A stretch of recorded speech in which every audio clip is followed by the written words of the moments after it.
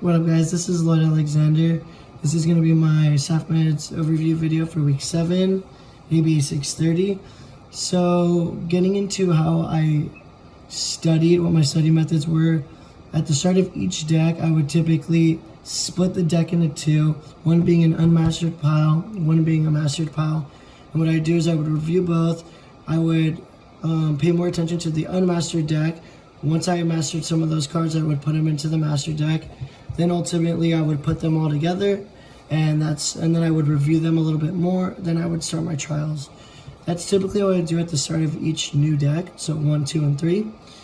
When I realized that I was struggling after trials, I was like, "Ooh, I'm struggling on these few cards." I would spend an extra 10 minutes kind of reviewing those cards until they became mastered as well. And I found this really helpful, just the strategy of splitting the deck. It just suited me very well, and I felt like it allowed me to make a lot of progress on my SAFMEDS. So when I noticed that I had low data scores, I would kind of switch my adjustment methods. So a lot of adjustments I made were environment settings.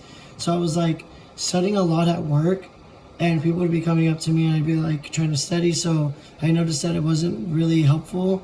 So I tried finding an environment that I found less outside distractions in. Environments that I just felt even distractions like my phone and other things, where I would put my phone away and just use my tablet as a timer, where no one's texting me or social media or anything like that's in play. So that I found that really helpful, and that actually was the main thing that was a game changer for me, because I'm super easily distracted. So that was just really helpful. But that's pretty much the main things I would do. Trying to make this video only 2 minutes, but those are my main study methods and adjustments. So yeah.